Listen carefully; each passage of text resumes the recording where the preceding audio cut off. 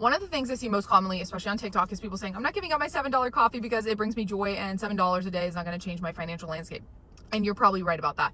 But what is going to change your financial landscape is the discipline that it requires to withhold yourself from getting a $7 coffee every day. When you're in spending mode, it's not going to stop. So when you start at 7:30 in the morning picking up your first coffee, it is so much easier to keep tapping that card versus if you haven't done it at all for the day. I equate this to like being drunk when you've gone out and then you finally go to the bathroom and you go pee and then you have to keep peeing all night long. Like you've broken the transaction seal. Don't break it. Number 2 is being passive about your money. You work hard for your money. I work hard for my money. So if your appetizer sucks at a restaurant, why aren't you speaking up for yourself? Why do you have returns sitting around your house? Like get up off your ass, go get your money back. It's your money. You work hard, do it. Number 3 is if you have money in savings and you have debt, you are still broke. It is a wash. So just throw that money at your debt, get debt free and start your savings again. If you want to know how bad my husband and I fumbled that ball, we saved $46,000 before a family member called us and was like, why aren't you paying your debt? You'll be saving on the interest and your minimum payments, which will be saving you about $1,500 a month. And then you can rebuild your savings. And we were like, light bulb moment. Didn't think of that. We were just, I don't know.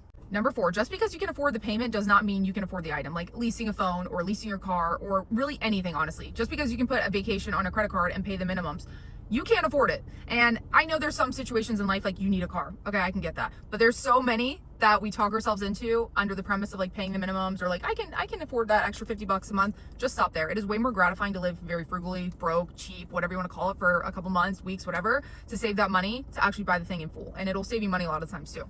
And lastly, if you're feeling buried financially, you're probably thinking like, I'm a content creator and I made all my money doing that. Actually, I started a business. And that's really the advice that I want to give anybody. With this digital social media age, you can quite literally start a business doing anything. And with Instagram, Facebook, TikTok, there are so many ways to market your business for free. So if you have something you even are relatively passionate about, please, for the love of God, just try. And my own personal testimony is that I obviously have my TikTok account, which has almost 100,000 followers, but I run a sweatshirt company and I do all my marketing for that on Instagram. It's completely separate from my TikTok. Like I don't think anyone's crossing over who I am over there, whatever. And over the holidays, we did just in views on our Instagram, 3.5 million views. That is insane. I didn't put $1 behind my marketing. I just used my little brain, Canva, and 3.5 million views on my page. That's insanity. Obviously that led to a good volume of sales and made us some money, which helped us pay off the set.